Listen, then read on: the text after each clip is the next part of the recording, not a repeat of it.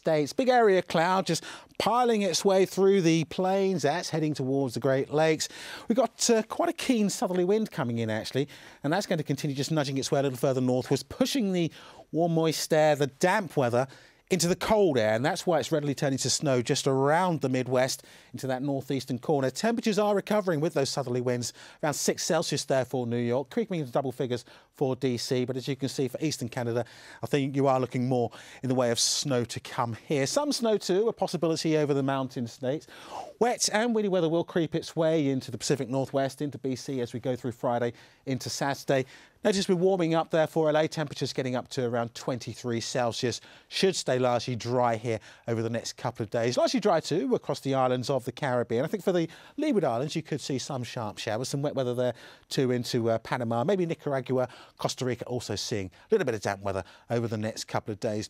We come into Europe and here the damp weather is really concentrated across central parts of the Mediterranean. It's been very wet, very windy here recently. That will continue to be the case, but drier and brighter further north.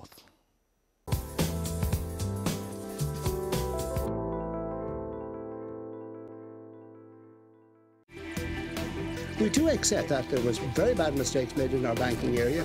Behind the headlines, most South Koreans are not interested in reunification. Is the inside story at this time on Al Jazeera. If you're a Nokia user, you can download Al Jazeera's news widget from Nokia's Ovis store. The news widget, available on compatible Nokia devices, gives users quick and easy access to real-time news updates from Al Jazeera English. See the world in real time. Al Jazeera Mobile.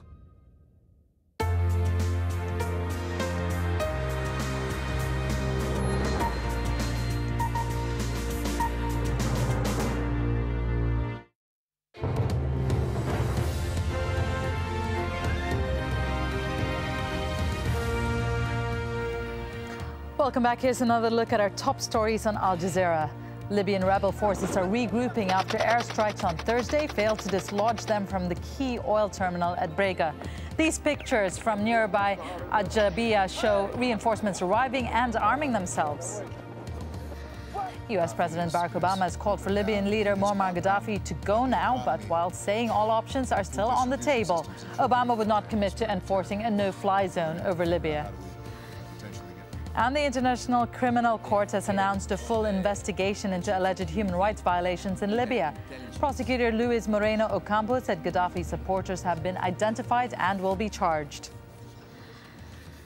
Well, mourners have been paying their respects to the opposition fighters who died in airstrikes on Brega and AlJazeera. Our correspondent Jackie Rowland was there.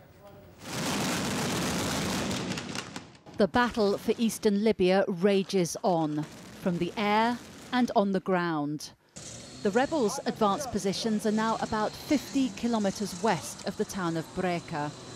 Pro-Gaddafi bombers make sorties overhead. The rebels fight back in any way they can. The airplane came and we fight them. Then they bombed us with 3 bombs. This is the one, and the other one there, and the third one there. The bombers missed their target. Local people think they were aiming at an oil facility, crucial to the war effort in the east of the country.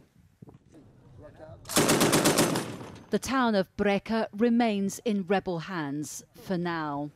The fighters are under-equipped and poorly trained, but they are armed with a passionate will to get rid of Muammar Gaddafi. The battle has claimed its first victims, 6 men from the nearby town of AlJazeera. They rallied to the front line to defend the revolution, and they came home in coffins, fallen for the new Libya they wanted to build. For the people of AlJazeera, these men are martyrs to their revolution. And the more of their comrades who are killed, the more determined they are to defeat Muammar Gaddafi. And so the fallen of AlJazeera are laid to rest. The formalities of death are brief and simple. The inscription reads, "Here lies the martyr Hassan Umran."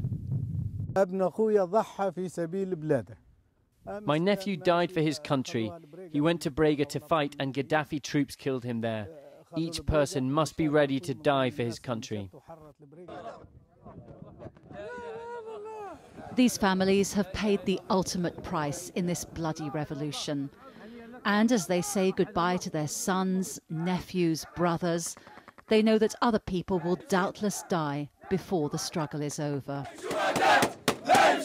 Jackie Rowland, Al Jazeera, in eastern Libya.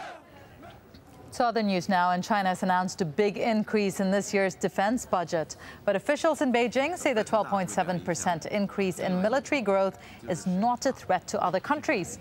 The return to a double-digit increase would put China's 2011 military budget at almost $92 billion. The plan must be rubber-stamped by the National People's Congress, which begins its 5-yearly meeting on Saturday.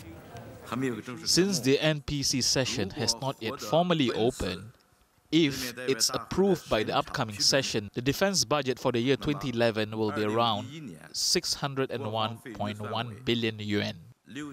Al Jazeera's Melissa Chan has more on the focus of this year's meeting. It's one of the few times of the year when China's leaders make major announcements. The National People's Congress, ostensibly the country's legislative body, but with much of the decision-making made well beforehand. This year, the government's preoccupation will be the economy. Chinese Premier Wen Jiabao has said he would like to see China limit its annual GDP growth to 7%. Given the soaring real estate prices, the government has promised 36 million affordable homes to be built over the next 5 years. Personal income tax will also see a change, with the premier promising it will benefit medium and low-income brackets. It's clear the government is concerned not just with China's growing economy, but with how the money is distributed. It's a shift from a focus on quantity to quality. And then whether that has to do with the environment or geographic distribution of development or income distribution among classes. Inflation is the other big problem here, particularly with food prices, giving people a reason to grumble about the government every day. It would use all the mechanisms at its disposal, interest rates, reserve requirements, even the exchange rate to fight inflation. So on Saturday, when Premier Wen Jiabao takes the podium, it will be to assure the public the government has this under control. This year, the word to watch for will be happy. Already, we're seeing it in state media, a happy China and happy Chinese. It's a government promising more than just the basics to the people, more than prosperity, but also well-being. Melissa Chan, Al Jazeera, Beijing.